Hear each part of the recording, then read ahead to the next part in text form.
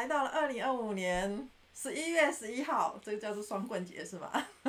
好，这特别日子我们邀请到了我们的伙伴，叫什么名字呢？我们嗨，大家龙子好，我是将军洪佳。洪家。好，对那洪家来到线上，我们直接邀请洪家来为大家开讲。好，洪家，OK，谢请。谢谢谢。好，那非常高兴被学院邀请我来分享这些活动。那今天我要分享的是大概已经超过10年了，11年前我去那个捷克参加了第12届的中欧大陆营。OK，那就废话不多说，我就赶快开始进行喽。那我希望说我们今天呢，就是活动的分享啊，就是比较轻松互动的方式啊。那就是如果大家有什么样的问题啊，那就其实都可以举手啊，那让我知道，我们就直接互动这样子。OK，那诶有看到我吗？好，大概不认识这上面的人吧，这个是20年前的我，我找不到比较好的照片。啊，那我是呃我的母团呐、我的母团是台中市的龙族童军团。那龙族童军团是台中一中的副士团就是衍生出来的。那我在龙族童军团担任的是团务委员。那但是也因为就是在台北工作，然后也落地生根了，所以我现在也在就是我的女儿是就读关渡国小，所以我现在也在关渡国小做童子军的团长。OK，那我自己的兴趣还蛮热爱大自然的，然后也爱旅行吧。那所以就是我会一段时间就去安排一些就是比较长时间的旅行。那这边是我列出来就是我印象最深刻的就是比较长时间的旅行。那第一个当然就是在台湾里面旅行了。那但是这个活动对我来说也是我一个对于国际活动的一个启蒙啊。那就是2004年哦，2004年的世界罗浮大会，那是在台湾举办的。那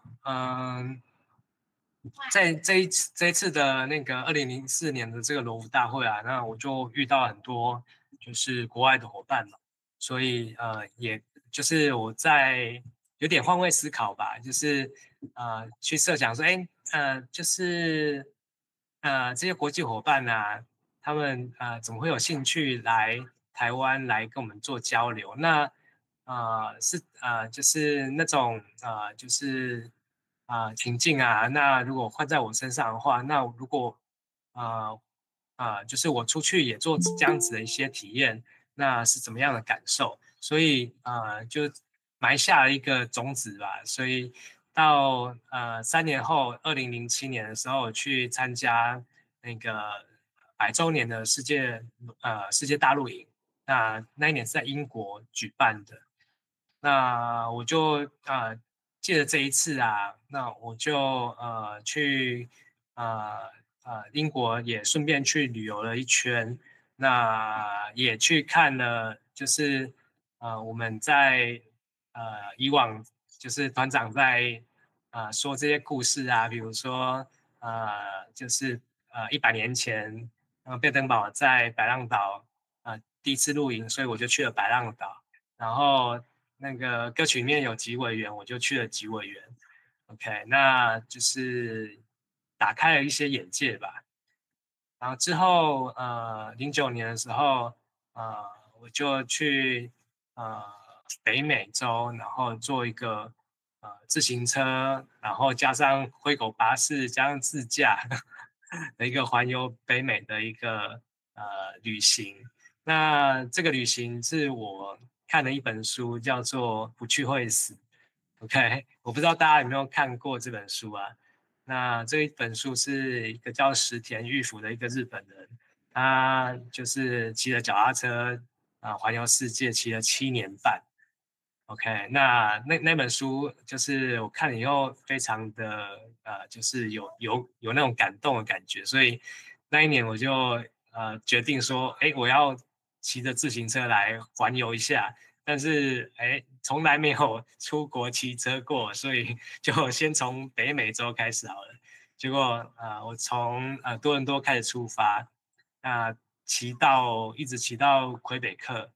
然后骑了也差不多骑了1000公里啊，但是最后那个脚踏车的变速被我压到断掉了，所以就在那个魁北克就停下来，然后接下来就只能够买那个灰狗巴士那种长途的那种就是1个月2个月那种票券，然后继续搭着车来环游北美。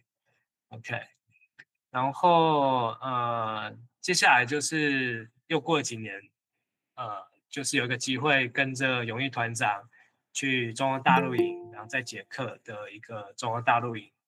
那我们是就是买了欧铁的周游券，然后环游就是中欧有6个国家，然后环游中欧这样子。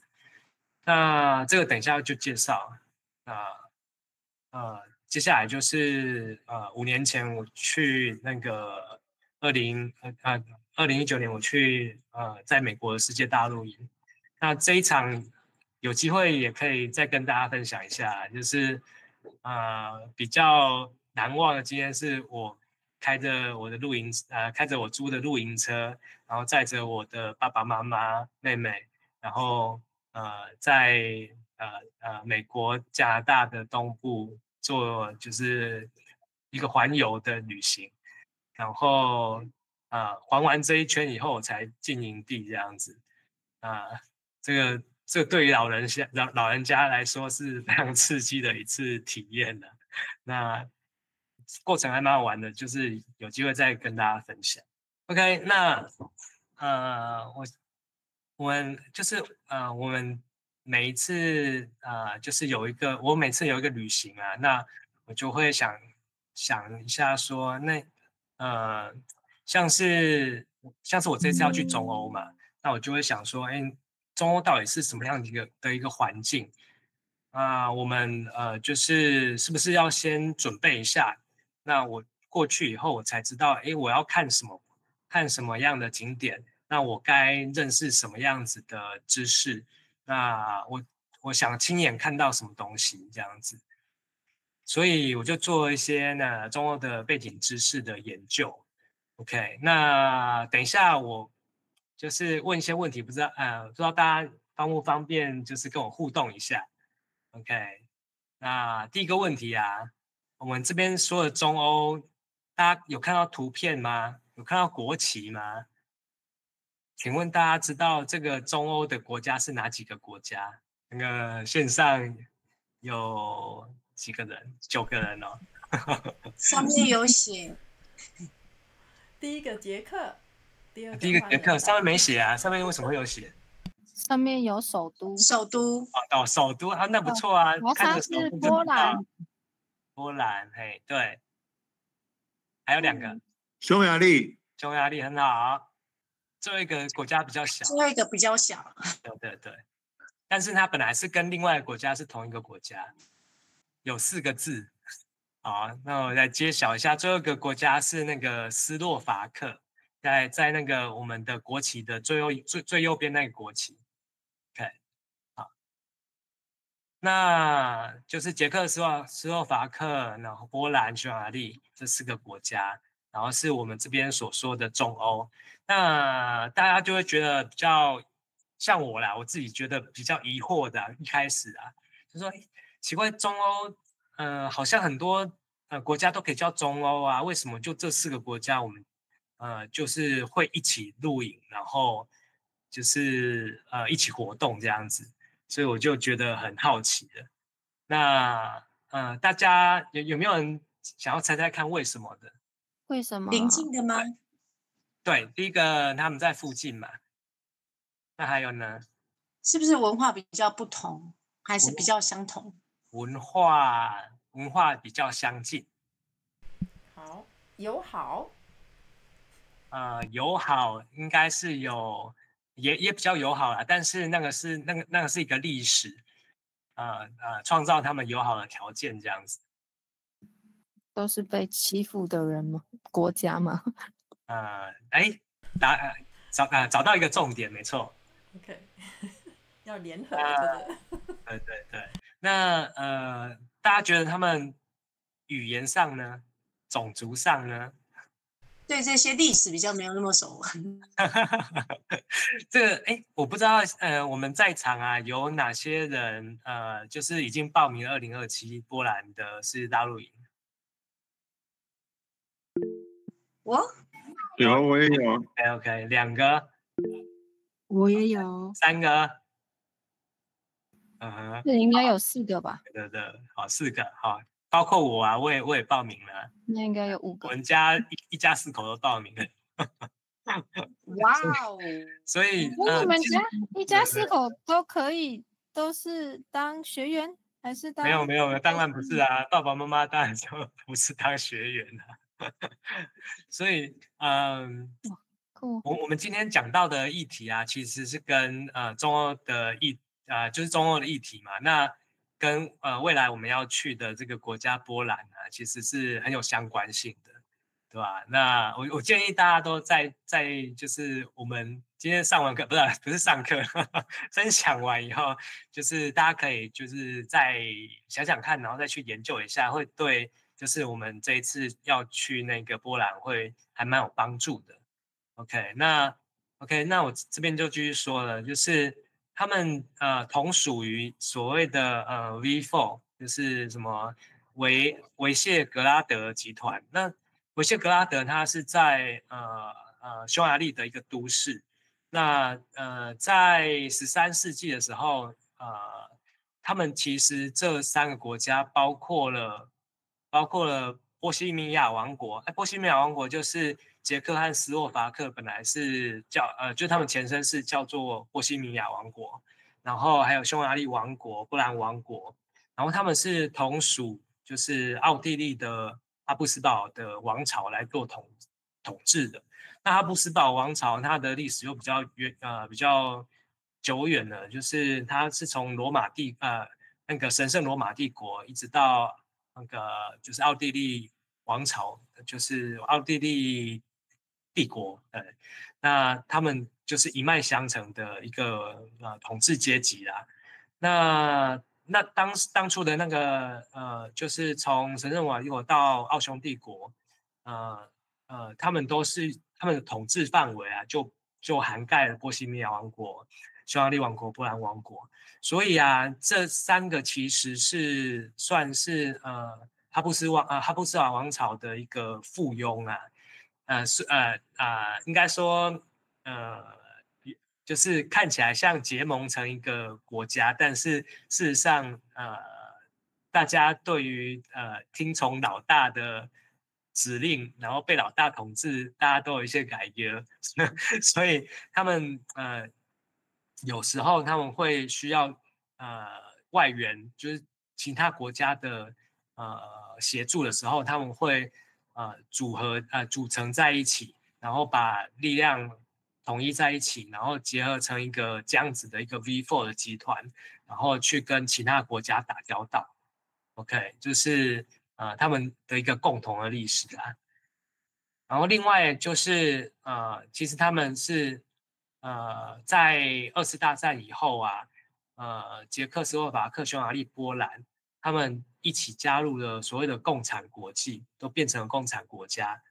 OK， 那1991年他们一起放弃了共产政体，所以他们有就是在历史上他们是就是经历了共产的就是就共产的那个氛围啊，那就是有一点说同病相怜嘛也好，说那个承担了历史功业也好，反正就是他们文化上面有这些交集这样子。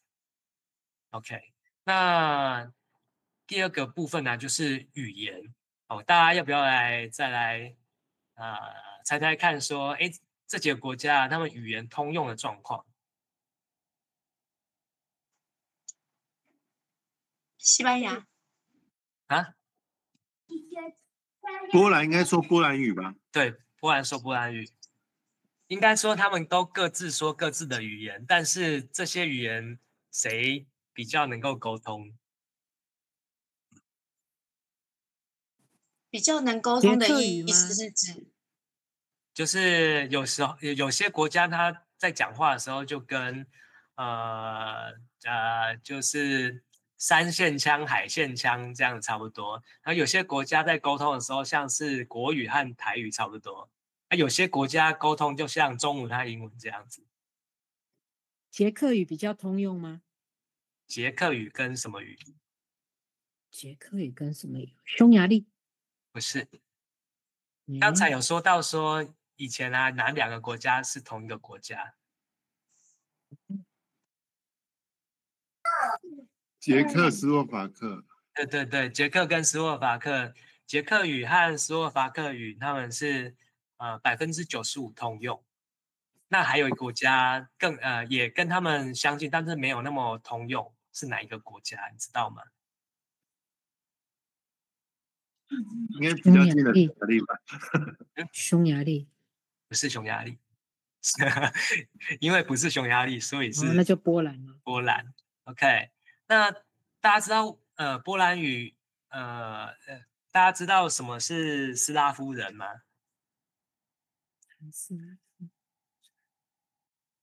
斯拉夫应该是一个还蛮常听到一个历史或者是民族的一个名词的。那这边呢有3个国家，就是捷克、斯洛伐克、波兰，他们是属于西斯拉夫。那他们往东啊是乌克兰嘛？那乌克兰、白俄罗斯和俄罗斯是属于东斯拉夫。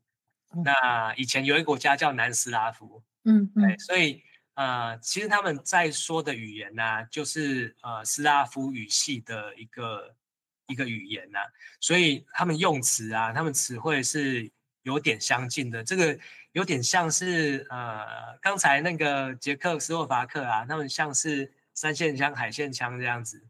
那波兰和捷克语啊，他们就比较像国语和台语这样子。OK， 然后孤单的就是匈牙利。匈牙利其实啊，他们就是他们的语种还蛮特殊的，他们跟其他的那个欧洲的国家的语言都比较难互通。对对对，那这是一个背景知识啊，所以你会如果你拥有这个背景知识的时候，你去参加那个营队啊，你就会发现说，哦，那个谁跟谁，其实他们是在讲家乡话。谁跟谁哦，原来就是他们虽然住在附近，但是他们完全都听不懂对方在说什么。那所以基本上这样子一个组成啊，就是要共组一个就是营队，他们其实就是用英语在做沟通。那接下来人口结构呢？我上面应该没有写到吧？有吗？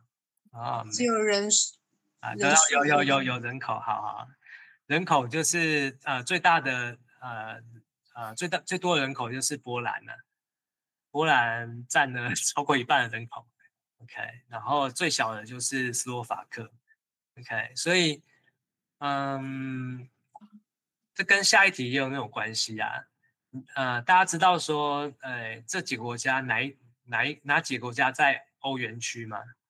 他们不是全部都是哦。好，不是从欧申根区啊？谁？波兰好像是用波兰币耶。对，波兰是用波兰币。OK， 其实啊，就是看那个因为你参加一个这样子的货币组织啊，就代表说你把你国家的经济其中一个调整经济的武器放弃掉了，所以就是比较需要依赖别国的那个国家，那些国家会就更愿意去融入这些社会啊。那目前只有斯洛伐克对，目前使用的就是斯洛伐克，其他国家都是用自己的货币。那 anyway， 像是波兰人口多嘛，然后捷克它的工业强，所以他们其实都希望用本国货币来控制它的经济发展的状况。然后匈牙利就是那个比较傲娇，然后匈牙利就是民意不支持啊，对吧？那各自有各自的理由啊，对吧？所以并不是在欧洲每一个国家都在用欧元。对，那有很多国家希望能够更自主这样子。那其实那4个国家其实都是在申根区里面。OK， 那我们了解这些啊，就是到那个欧洲在移动的时候会比较方便啦。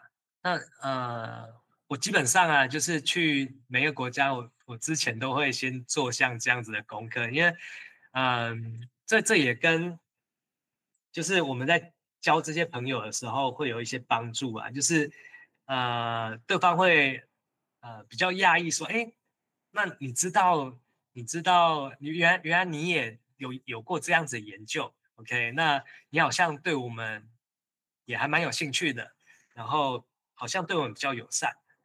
那另外一点就是共同话题啊，他们在说一些他们的故事的时候，那你或许可以插上1、2个嘴啊，就是有一些共同的话题可以讨论这样子。那你也只有这样子，先前有研究过，那你在跟大家在聊天的时候，哎，你可能会更有深度这样子。哎，这个举手是刚才举手的吗？有人有问题就直接开麦，然后来问我，这样可以吗？因为我可能会漏接。然后接下来，我这一次参加的这个中欧大陆营，就是刚才说的那4个国家。然后这个其实它就是还蛮有历史的一个区域型的国际露营啊。那其实他在2次大战前就已经有办过第1届了，然后之后是在91年，大家就是脱离共产世界之后，然后他们各国就陆续恢复了他们的统军组织的身份，那所以在就大部分的届次都是在91年之后才举办的。那里面呢，这个活动它比较特殊的地点啊，就是比较吸引我的地点是的地方啊，是它跟其他的区域性的露营不太一样哦，就是其他区域性的露营，它可能会依附的主办国的大露营，就是主办国的全国大露营啊。那但是形式OK， 就其实有点像是我们所谓的亚太大露营。那我刚才说的依附主办国的大露营啊，就像是亚太大露营啊。那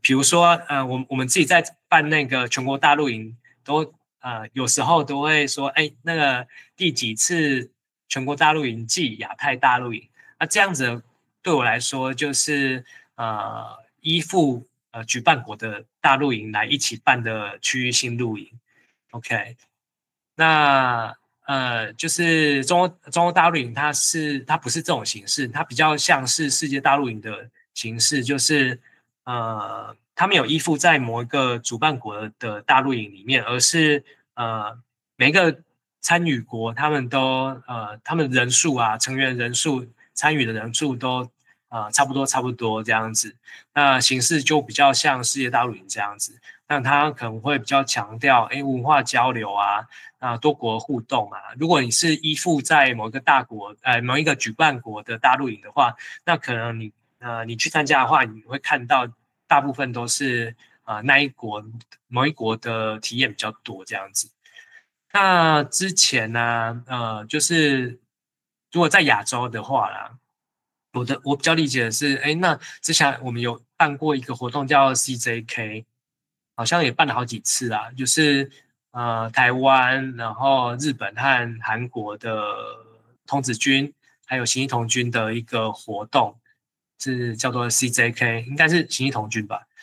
OK， 那或者是像是Rover Way 啊，就是欧洲区的罗浮大会，那这样子都就是比较像是我所谓的没有依附特定的特定的那个举办国的大陆营里面，然后是做小区的那个活动交流这样子。那我不知道，如果大家知道那个就是有类似我说的区域型的就是区域型的露营，然后也是国际露营的话，那大家可以就是留言让我知道，因为我对这样子的形式还蛮感兴趣的这样。然后我们参加这一次露营啊，我们全部营队里面有1000个人，然后台湾代表团就只有20个人，所以我们在这个营区里面啊，其实是亚洲面孔，那是还蛮显眼的，那也对他们来说也增加这些就是文化交流这些有趣的地方。对，那我们在进营地之前啊，其实我们有接受一个就是捷克当地的一个童军团的营前的接待。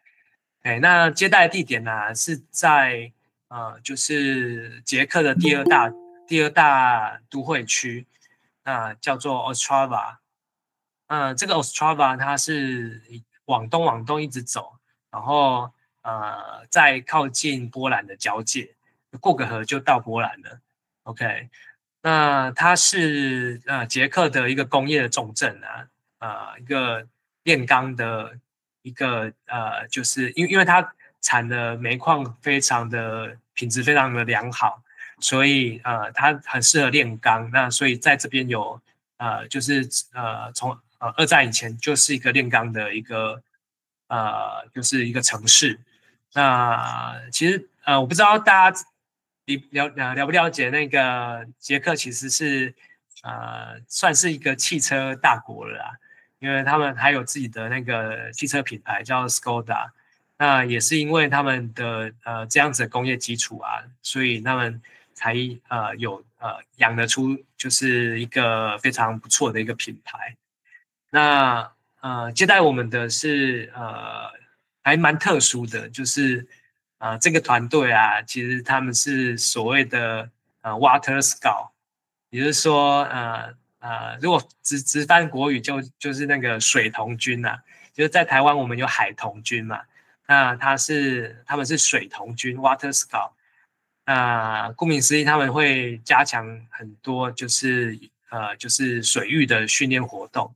那这对我们来说还蛮讶异的啊，就是捷克其实是一个内陆国，就是就这样子的一个内陆国的一个环境啊，他们反而就是对他们来说更重视就是有关于水域的一些活动。对，那但是我们自己啊，我们台湾那个四面环海啊，虽然我们有海童军，但是说实在的，我们的就是跟海域活动的接触、水域活动的接触，算是相对来说算是少的啊，对吧？就是我觉得我们应该反思和就是可以加强的地方。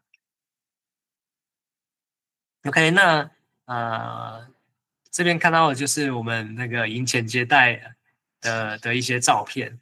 OK， 那大家看到左上角那个图啊，就是我们都拖着一个那个行李箱嘛，那个行李箱其实是有历史的。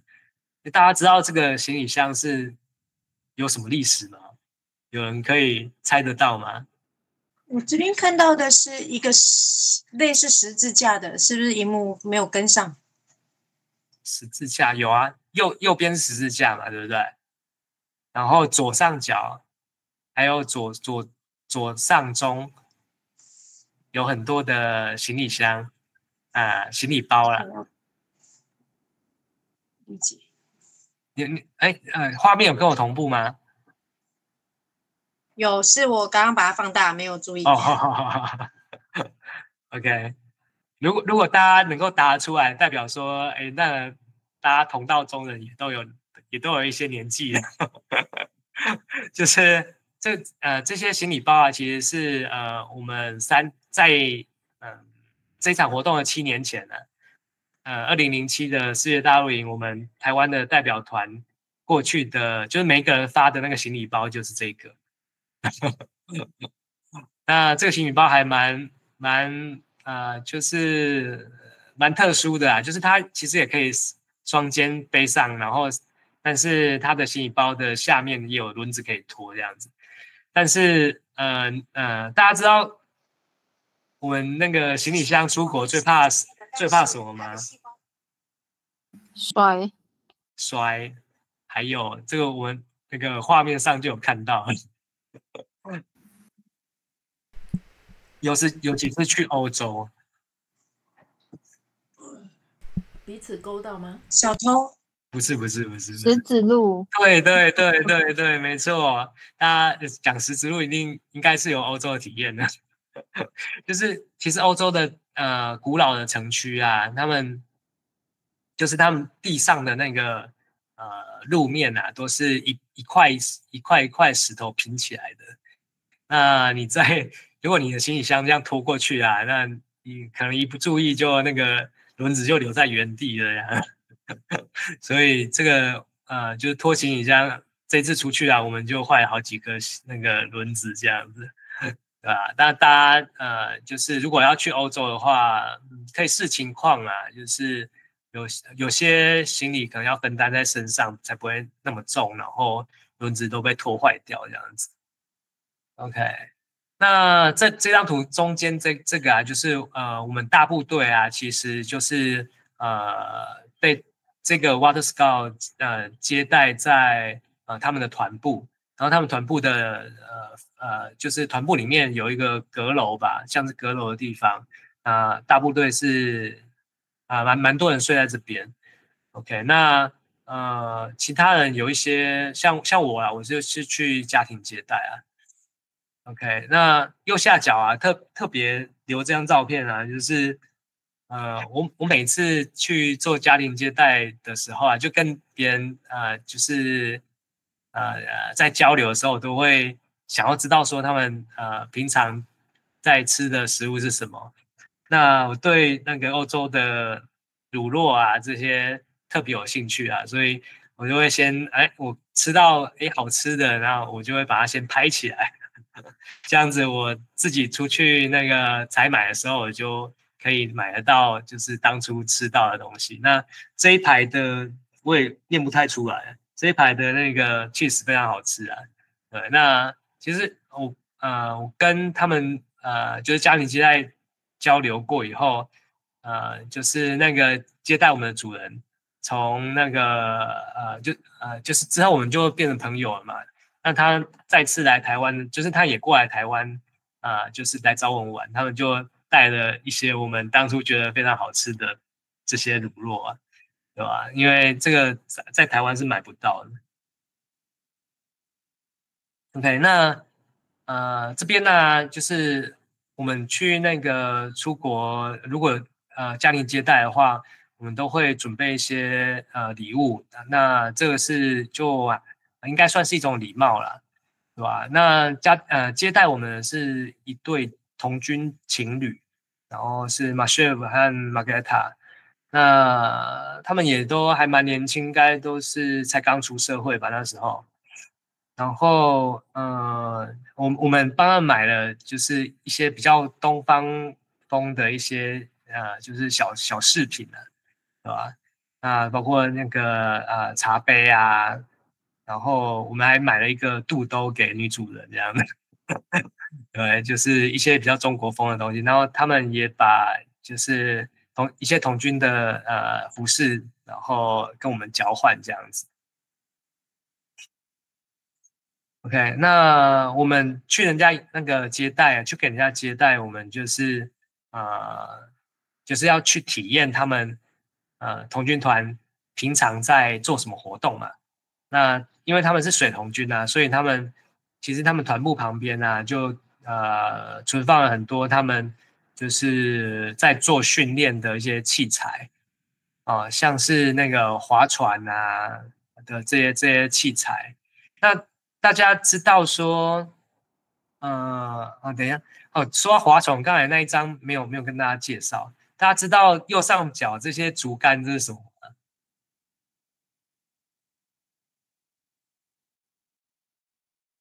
有人知道这个竹竿是干嘛用的吗？丈量水位吗？这是放在团部里面的一个设施。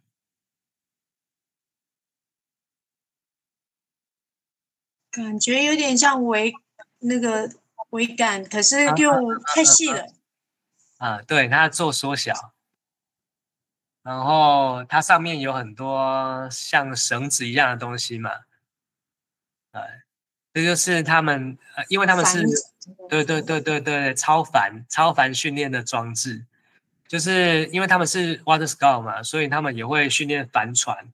那就是我们在船上用的绳结啊，和我们一般在陆地上使用的绳结其实是有一些不一样的，所以他们会利用就是这样子的一个训练设备啦，然后去比较方便的去教导他们小朋友说，那我们在就是在操作风帆的时候，他们应该要有哪些东西要训练的，有什么要注意的，然后你要怎么样拉就是这个船才会往正确的方向跑。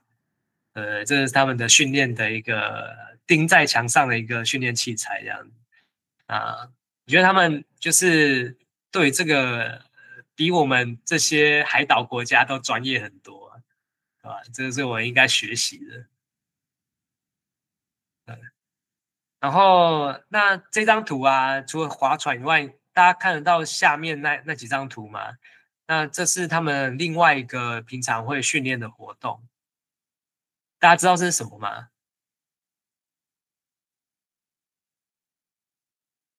滑雪场。哎，好厉害哦！你怎么猜得到啊？一片绿油油的，你怎么知道是滑雪场？因为我去滑雪过，那坐缆车啊。OK， 这就是有去滑雪过的人就会比较清楚。那因为我们去的时候是夏天嘛，所以这个就绿油油的一片这样子，然后坐上去，然后就去跟他们去健行这样子。不然他们平常都是除了在就是像这样子去滑雪以外，他们其实有一些训练是雪地的探测的训练。他也有跟我就是分享一些这个就是他们比较特殊的那个就是探测活动啊。我们一般来说我们在台湾探测活动都是在山里面跑嘛，那他们可能就是在大平原上面在那边就是平地滑雪。就是还蛮有意思的。等一下会分享一张照片。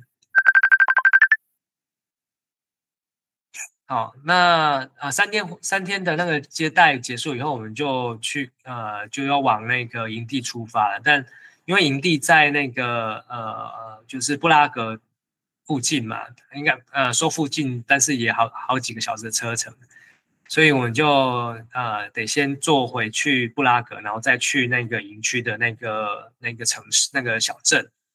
OK， 那他们就是在从那个 Ostrava 到布拉格，他们其实是2个大城啊，所以他们坐的这个就是火车就比较舒适啊。那其实还蛮新颖的啊，然后也有就是像包厢的这样子一个装置的一个设备是在台湾比较难体验到的。那也有一些餐厅啊，因为他们那个一开车一接驳下去就可能4-5个小时跑不掉啊。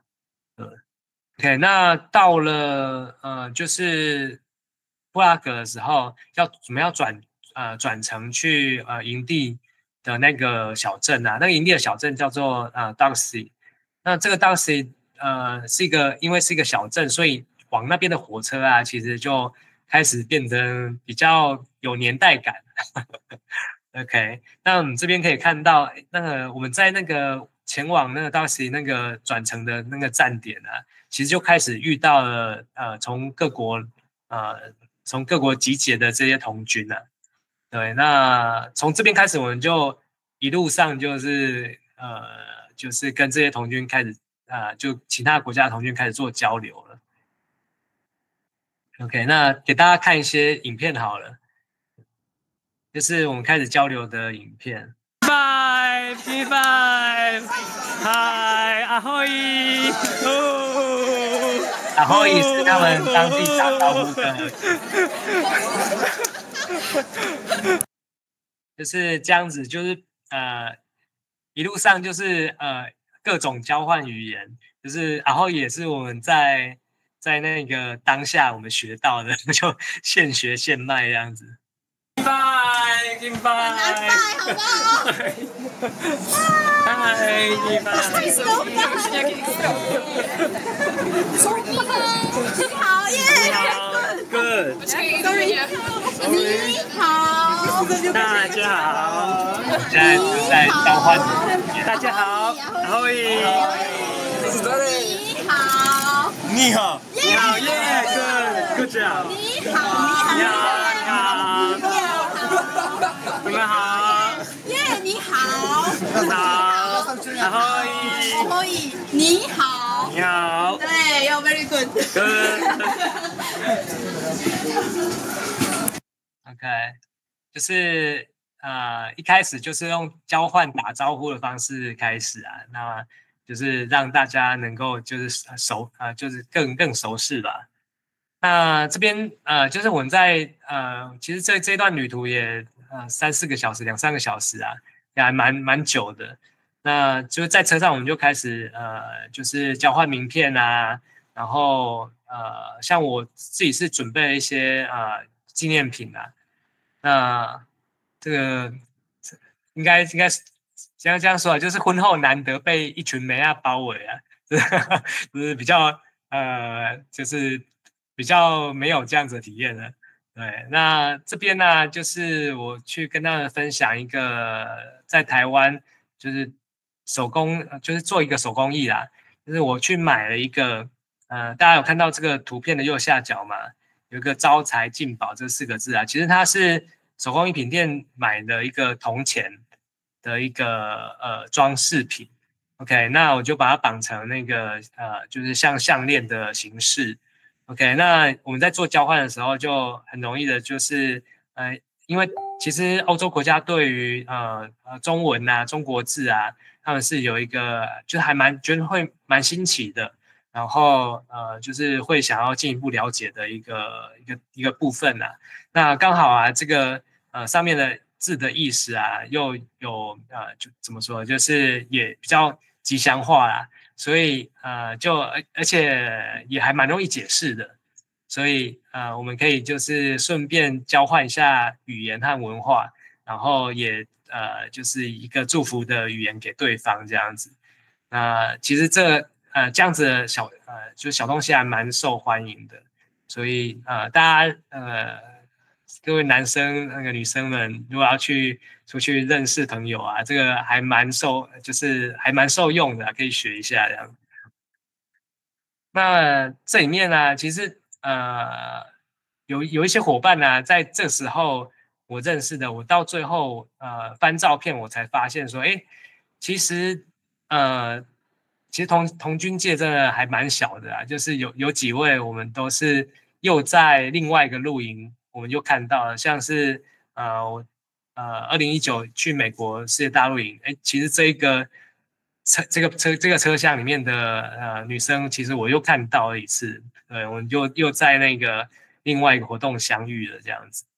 那稍微介绍一下我们的营地啊，我发现说国外的营地啊，他们几乎都是，就是我去过一些营地，都是有一些元素结合在一起啊，包括有比较宽阔的草原啊，然后旁边有森林啊，然后也一定有水域啊、湖泊啊。那这样子就是就是比较容易能够运用这些自然的环境，然后让活动设计就是更加丰富啊。但是在台湾好像就是比较难有这样子的一个组合的营地啊，对吧？那营地的环境啊，就像我现在呈现出来这样子，那可以做一些，就是我们在休息的时候啦，其实可以做一些像划船啊，或者是因为场地也大，所以我们都骑滑板车到处去逛，然后也可以晒日光浴啊，然后像这种下棋的活动都是营地里面本来就有的设施。然后右上角是一个还蛮特殊的，就是一个超级大跳床，那个大人小孩上去都会失心疯。OK， 那我们其实啊，一出国啊，尤其参加这种童军活动啊，这个说实在的，很少能够在国外有这种挥国旗的场合啊。大部分的就是国际活动的场合都很难让我们挥国旗啊，所以我们那个一出去就爱国心爆发，到处都背着国旗啊。OK， 那在这个营地啊，蛮特殊的，就是它是还蛮这个营队啊，它是蛮亲子友善的，就是事实上有很多那个工作人员啊，他们其实是小孩子也还小。但是家里面的人也没有办法帮他们托育给家里面的长辈嘛，所以他们都是带来营地，然后互相照顾这样子，还蛮温馨的。那这边我稍微播一下那个引起的一个影片。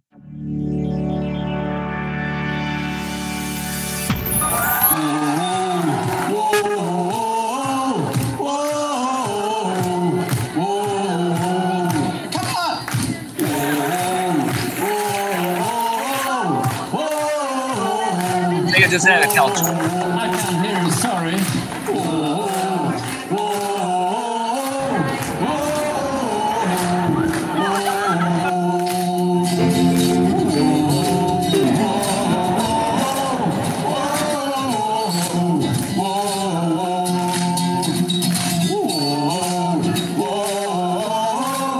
这首歌是这一次的英歌。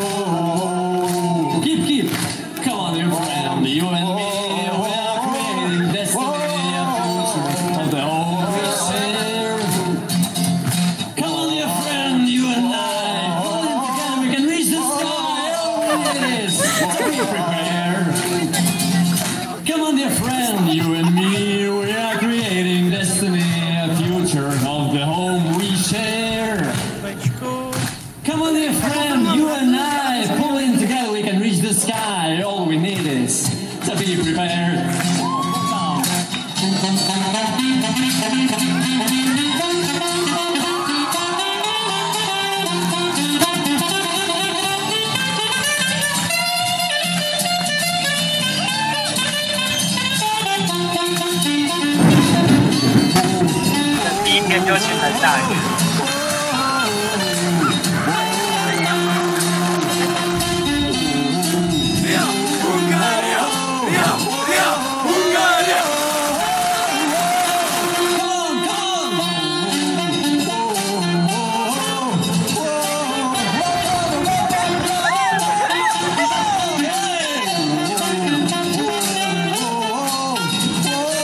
下大雨啊，但是我发现说他们都还蛮有一下。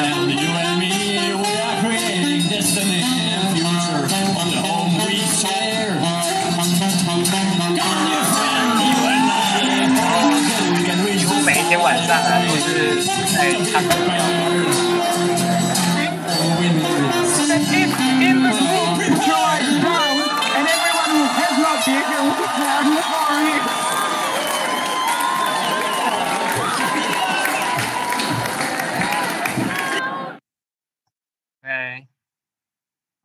那这是第一天，他们有做一个 YouTube 频道，如果你搜寻那个 CEJ 2014，那就有一个 YouTube 频道，它有放每一天的短片。那这是第一天的短片，然后每一天呢都短短的啦，不过其实它剪接的还不错，所以大家可以上去欣赏一下。我特别就是把一个就是他们 enjoy 这个下雨环境的照片，大家放在这边呢。那其实就是还蛮有感触的啊，就是什么是活在当下，就是台湾人啊，就台湾的伙伴啊，就比较少像欧洲伙伴这样子啊，就是遇到什么样的环境啊，其实都是接受，然后enjoy在那个这样子的场域之下，像是这样子下雨的时候，他们其实也是玩得很开心的、对，那其实我们的小朋友第一天去啊，遇到下雨，就是大家都会变得很紧张，但是看到其他人就是玩得那么开心，他们也是一样，就开始join在大家的那种氛围之下，我觉得这个是互相影响还蛮好的。那右下角这个也蛮有趣的，这个就是刚才的那个银歌啊，但是时间点是每天的早上。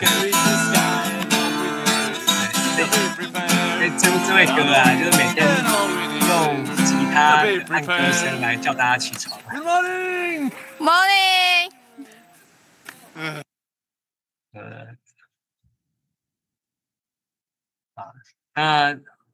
就整个进营地的氛围啊，就是到处都是呈现一个很友善的一个气氛的、对吧？那我觉得整个就是整个营队一开始就给人家就是一个很不错的印象，对。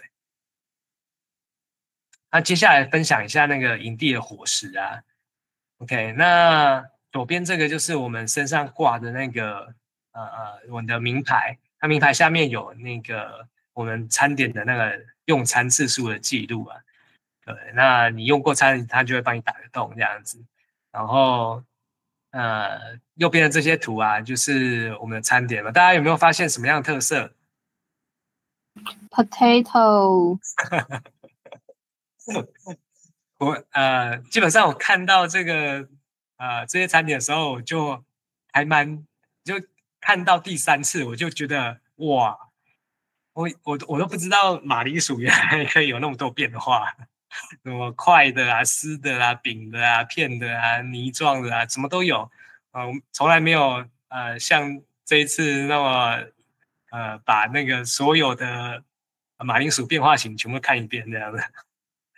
不过后来我想一想啊，其实好像你如果叫外国人来台湾，好像也一样哎，就是我们也到处都是米啊、饭啊做的这些制品啊，对吧？好像就吃久了也见怪不怪了，对吧？只不过是也可能吧。如果别人来我们这边一直吃米饭，他们可能也会不习惯了，对吧？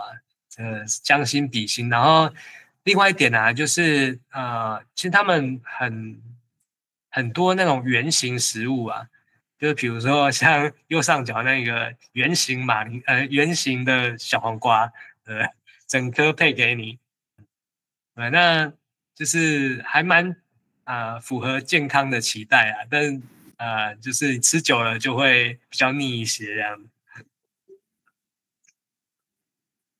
就会想念台湾的小炒热炒。就是台湾相对这样子的口味就是稍微重了一些啊，对吧？他们就还蛮清淡这样子。OK， 然后接下来再介绍一下营地活动啊，就是其实跟我们一般在办大露营的时候会提供各种的体验是差不多的啊。像是我这边有给大家看到左边那个是皮雕啊，就是怎么样把那个皮啊，就是印个花样裁下来啊，然后有打铁的一些纪念品的制作，然后右上角那个是什么？我记得好像我们的大陆营好像也有玩过，就是那个非牛顿流体啊，就是用玉米淀粉啊加一些水啊，然后你在上面跳越快，然后你就会就是比较能够保持在上面不沉下去这样子。然后中下那个是吃虫虫，我不知道原来欧洲人也吃虫虫，所以体验了一下。然后晚上有一些就是桌游啊之类的活动这样。那欧洲人呢，他们也是有在搭工程的。然后这个部分是介绍就是我们去做了一个那个跟他们一起去做一个树屋的一个工程。OK， 那你看就是比较特殊的就是他们的木材，他们的那个材料都是木头啦。对，那另外一点啊，就是其实他们搭这个不是就是那个目的性啊，就是搭完以后，他们其实在上面玩耍的，对，就是为了玩耍而工作。我觉得这种概念啊，跟那个跟我们就是我觉得我们的那个营地搭工程啊，那种太就是为了什么目的性而做了，那比较不是像对，比较不像他们就是我就是好玩啊，我就是做这件事情，我的那个起心动念是，其实我觉得它很有趣，所以我来做这件事情，然后做完以后，我可以在上面享受，我要在上面完成好玩的事情，比如说他们就准备一堆那个桌游，然后就搭了很多个树屋平台在上面，就是乘凉啊，然后在上面玩桌游，然后或者是像是这样子，就是直接在游戏。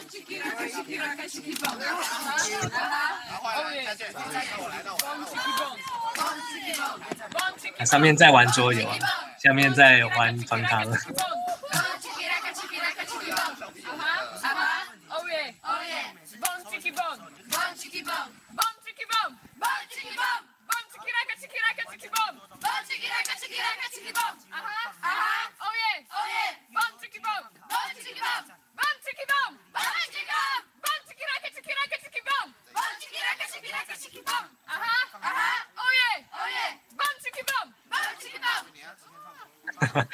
拍到脚痛了。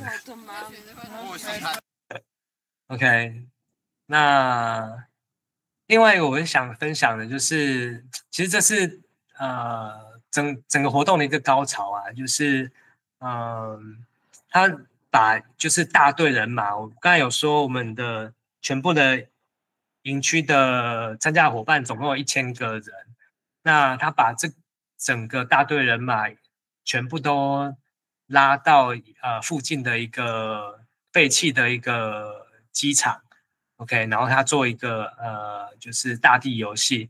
那这个大地游戏大家可以看到我们身上的装备啊，我们就是在营前啊，出发前我们必须要做一些盾牌啊，然后右下角啊，我们看到那个手上有一个就是有一个球嘛，它其实是一个纸团。然后缠胶带的一个纸团，然后他事实上他手上有个松紧，就是纸团上面绑了一个松紧带，就是拉在手上啊，就是你抛出去了以后，你还可以把它收回来这样子的一个概念。那就把这个当做武器，然后我们会收到一些就是探摄地图那种形式啊。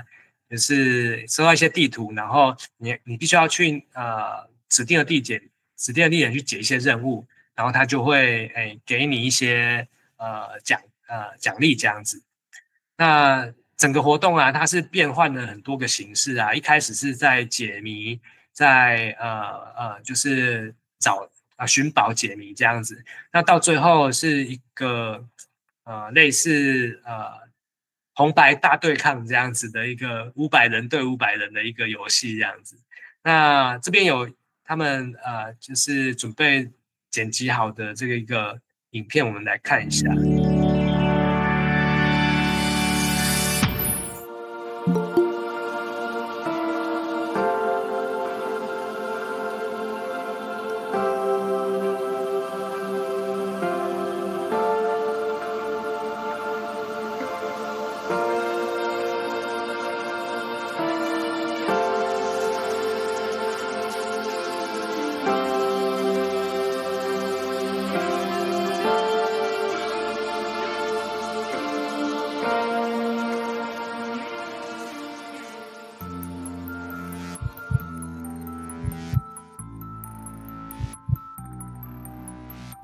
对，这也是那个就是正在做一些小组活动啊。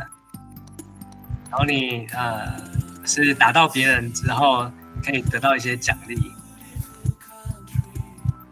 大概是4到6个人一组这样子的小组活动。然后这边就最后一个活动就是500人对500人的对抗。然后我的目标是，其实两队各有一支很高的旗杆，然后我必须要争夺就是对方的杆这样子，然后你要保护他。那被攻击到的人呢，他必须要往后退，应该是往后退5步还是20步，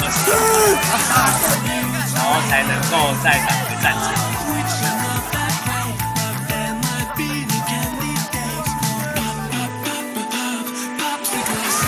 这有点像那个在两军对峙的状况，就是模拟那个场景。来，再走。有时候要些战略啦，不然这么多人，然后要共同完成一件任务，其实是不太容易协调的一件事情。你怎么知道谁是哪一队，哪一队是哪一队？他们有发头巾，大家可以观察一下。一队是黑头巾，一队是白头巾。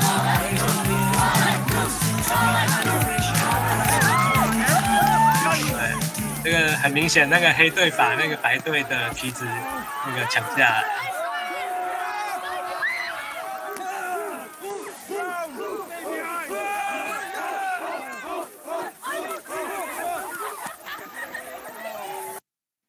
现在看不到了，对吗？这个题目排的就是这样子。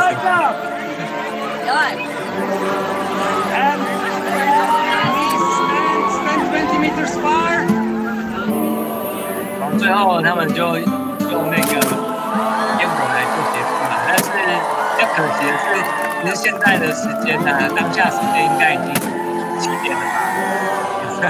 但是因为那个纬度比较高，所以那个天色太亮。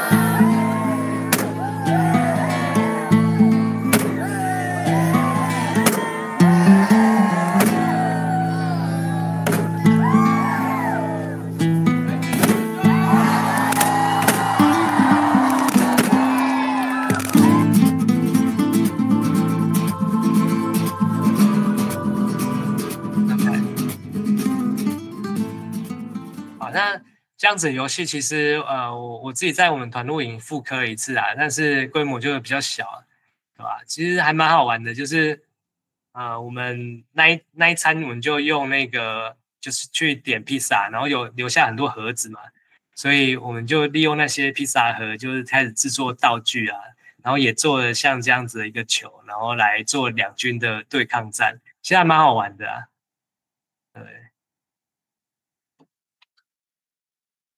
那营地里面呢，其他活动像是我们跟世界大露营差不多，就是也有一个文化日的美食分享，然后这时候就会像我们就准备凤梨酥啊、龟苓膏啊、豆干啊这种奇奇怪怪的台湾零食。那因为我们是唯一的亚洲东方的团队嘛，所以我们的食物的特性跟大家也就是相差很大。那应该算是整个营地里面就是最受欢迎吧，或者是人最多的一个摊位啊，对吧？那个通常一上来大家都抢光了这样。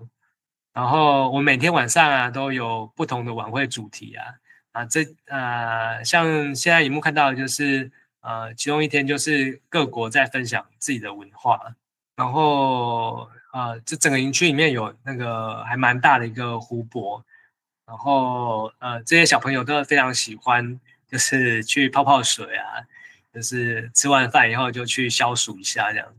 那最后是我和我老婆非常喜欢的活动就是交换东西啊，交换纪念品。OK， 那所以我们就自己其实也准备了那个野餐垫啊，那就把我们的部长带过去换。那这是其实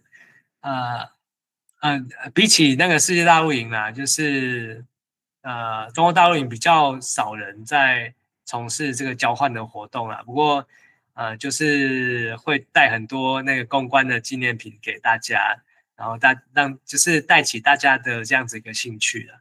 然后这一张就是我们所有换到的东西比较特殊的，像是什么右上角就是整套制服跟他交换了，然后换到像是帽子啊，然后用扇子去换应该蛮特殊的一个领圈，然后中间那一张就是用了某个人的中文的名牌去交换了一个还蛮不错的布章。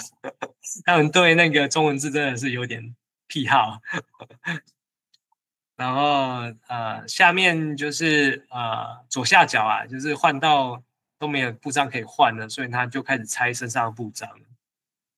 然后中间是衣服被扒走了，对，因为我想要他的背包。OK， 大致上你就换了一些还蛮特殊的东西这样子。然后整个会后啊，我们就去做自助旅行，然后地点就像图上讲的这样一圈啦。我们就是从捷克去斯洛伐克，然后再到奥地利、德国，然后瑞士、法国，然后就是再坐火车回来这样子。那我们是就是买了高铁之后券，然后住青年旅社。那比较特殊的是，这一趟啊，我们是带了一群行役出去。那这群行役，他们除了有分组去指导他们去买欧铁票以外，然后每天的住宿也都是他们分工合作去完成的。然后另外就是每一个人啊，就是10几个行役啊，每一个人都有负责几个地点。然后到了当地的时候，他必须要负责当地的导览，所以我们每一天都有那个专属的导览人员。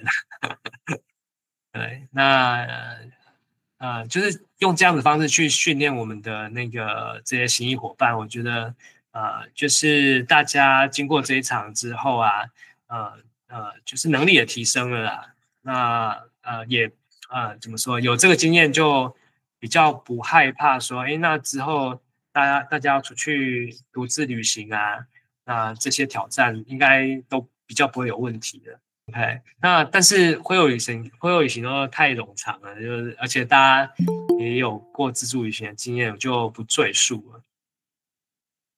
那这整场啊，其实我相对珍惜的是统军就是留下来的那个情谊啊。然后刚才有说到那个马歇尔跟那个玛格丽塔这一对啊，这一对情侣在我们去给他们招待的时候是2014年嘛，那2年后2016年他就来台湾拜访我们。那我就带他们去关渡宫啊，我家住关渡宫旁边嘛，带他去关渡宫拜拜。那这边也可以看得出来啊，就是其实刚才在讲那个4国文化那边啊，有一点是差异蛮大的，就是就是捷克的，怎么说？捷克真正虔信宗教的比例比其他国家还要来得少，所以他们其实对拿香这件事情好像也比较没有什么忌讳啊。那如果你是招待波兰人的话，那波兰人可能80%都是天主教的虔诚信徒啊，所以你可能会感受到非常不一样的文化，对不对？那就是带他们去拜拜啊，然后中间那个是去吃鸭血哦。基本上，如果你是一个天主教、基督教徒的话，这个东西你是吃不下去的。好，那虽然他也觉得很奇怪啊，不过来台湾的话就尝试了。那左下角是跟他交换酒，因为他也带一些酒过来，然后就同号嘛，然后我就分享了那个冰镇的高粱酒给他，然后他回去了以后还带了2瓶回去这样。那右边是我那时候女儿还小的时候，然后他带了一堆那个小朋友的就是欧米亚给我们家的女儿。然后这只是那个他手上拿那个玩具啦，是应该说捷克的那个卡通明星啊。然后它是一只那个鼹鼠，所以它也叫 Mo。那我们家女儿叫Momo 啊，所以刚好有一些谐音的关系。那之后啊，他们回国以后，马上就就是多了2个 baby 出来。然后那个据他们说啊，是那个医生跟他们说，就是东南亚的国家比较温暖，比较容易受孕的，所以他们回国以后就生了2个可爱的 baby 出来。OK， 那 anyway 就是就是交到了一个永远的好朋友。那就是我在每一次的那个童军露营的活动啊，或者是这种国际交流活动，都或多或少就是有就是交到一些这样的朋友，是我其实是整个活动里面我最珍惜的一个部分呢。那左边这边呢，就是我刚才有说那个雪地的探射活动，他们就是就划着雪橇从 A 点到 B 点这样子做探射旅行。OK， 那今天就差不多分享这些，哇，时间也1个小时过去了。那大家有没有什么样的问题想要问啊，或者是讨论的，大家可以尽量。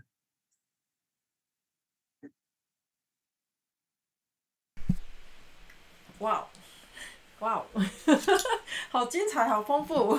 时间来到了10点15分哈。好，那我们大家就先开镜头，跟我们的讲师先合影吧。合影完了之后，时间就是大家的，可以来跟我们的讲师这边就是互动交流。那我们那个先帮我把分享的这个画面先关掉好吗？谢谢哦。好，谢谢洪家。那各位伙伴，你们的镜头打开了吗？都开好了吗？看一下谁动作最快，有迫不及待的想要赶快合影，有吗？有没有谁还没开？要开还没开的？好，那我要拍照喽，3、2、1，好，都在哦。快速我也拍一张，3、2、1。好的，谢谢大家。谢谢观赏贝学院讲座，喜欢请按赞、订阅、分享，请给我们鼓励及支持。